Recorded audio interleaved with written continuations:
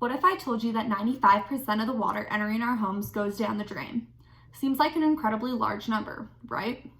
Today, I'll try to persuade you to drastically decrease, or at the very least, be mindful of the amount of water we consume on an everyday basis.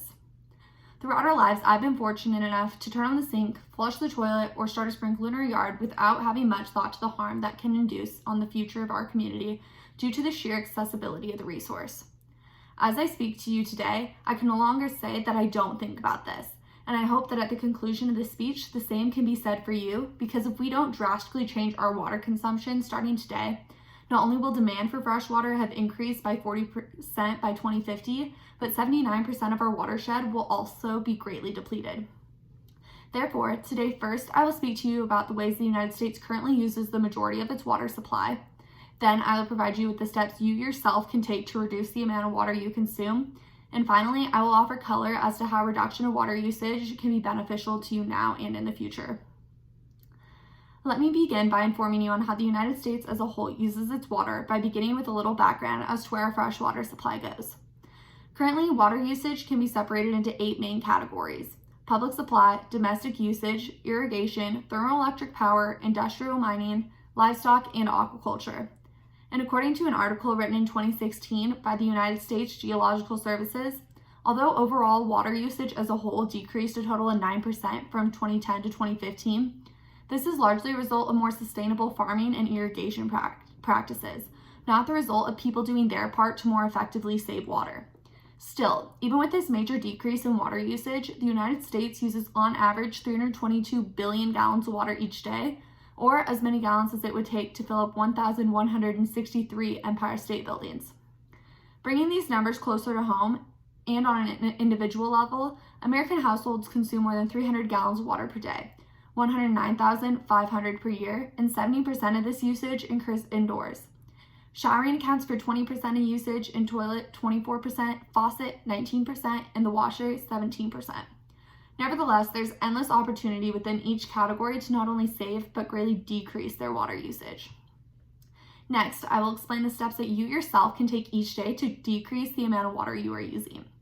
While many of us, especially because we are in college and don't have the luxury of having a lawn or dishwasher, may feel as though we simply don't have the opportunity to save water, but as you look at this picture of one of our dorm rooms at the University of South Carolina, I can tell you that this is simply not the case, and that everyone has the chance to make an impact. For example, chances are, at some point in your life, or likely almost once a day, you've blown your nose and then thoughtlessly dumped the tissue in the toilet, flushing it without a second thought. Or, in other words, use the toilet as a wastebasket, wasting over 5 gallons of fresh water per flush. Or perhaps maybe you've ran the faucet in your dorm room until the water turns cool instead of simply putting water in the fridge until it turns cold.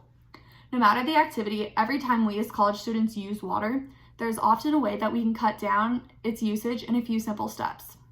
According to a document released by the City of Sacramento by the Sacramento Suburban Water District in 2019, reducing your shower time by 1 to 2 minutes can save up to 700 gallons per month. Imagine if every single freshman at the University of South Carolina cut their shower times. This simple change could save a total of 4,093,600 gallons per month. Needless to say, although it may not seem like it, collectively, we have endless opportunity to make a change. It just takes a little thought and minimal effort. Finally, I will show you how reducing your water usage can be beneficial to you both now and in the future. In order to put things into perspective, it's important to understand that although the world is 70% water, of that only 3% is fresh water, and of that 3%, only 0.5% is available for drinking. Therefore, there's much less than we may originally assume. Beyond typical environmental impacts of saving water, such as leaving some of the resource for future generations to enjoy, there are economic benefits of saving water. For example, according to Wiz TV, a news provider in Columbia stated that in South Carolina each year, families spend a total of $480 on water, a number that could easily be cut in half, leaving more room for disposable income. Additionally, depending on the state, many places offer incentives for saving water, both for public use, small local businesses, and the agriculture industry. One such example is Goleta Water District's Saving Incentive Program based out of Santa Barbara, California.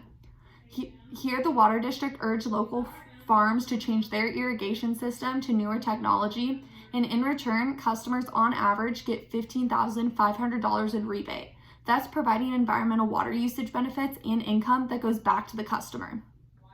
As has been exhibited throughout this speech, there's relatively no excuse as to why we shouldn't be mindful of our water usage and be excited to implement new ways into our daily lives to save due to both individual and collective benefits.